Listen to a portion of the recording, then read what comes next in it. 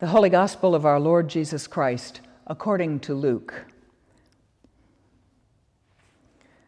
On the first day of the week, 2 of Jesus' followers were going to a village called Emmaus, about 7 miles from Jerusalem, and talking with each other about all these things that had happened. While they were talking and discussing, Jesus himself came near and went with them, but their eyes were kept from recognizing him. And he said to them, "What are you discussing with each other while you walk along?" They stood still, looking sad. Then one of them, whose name was Cleopas, answered him, "Are you the only stranger in Jerusalem who does not know the things that have taken place there in these days?" He asked them, "What things?" They replied, "The things about Jesus of Nazareth, who was a prophet mighty in deed and word before God and all the people, and how our chief priests and leaders handed him over to be condemned to death and crucified him. But we had hoped that he was the one to redeem Israel. Yes, and besides all this, it is now the 3rd day since these things took place. Moreover, some women of our group astounded us.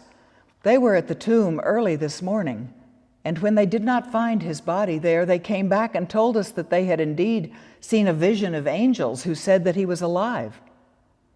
Some of those who were with us went to the tomb and found it just as the women had said, but they did not see him." Then he said to them, "Oh, how foolish you are, and how slow of heart to believe all that the prophets have declared. Was it not necessary that the Messiah should suffer these things and then enter into his glory?" Then, beginning with Moses and all the prophets, he interpreted to them the things about himself in all the scriptures. As they came near the village to which they were going, he walked ahead as if he were going on. But they urged him strongly, saying, "Stay with us, because it is almost evening, and the day is now nearly over." So he went in to stay with them. When he was at the table with them, he took bread, blessed and broke it, and gave it to them. Then their eyes were opened, and they recognized him, and he vanished from their sight. They said to each other, "Were not our hearts burning within us while he was talking to us on the road, while he was opening the scriptures to us?" That same hour they got up and returned to Jerusalem, and they found the 11 and their companions gathered together. They were saying, "The Lord has risen indeed, and he has appeared to Simon."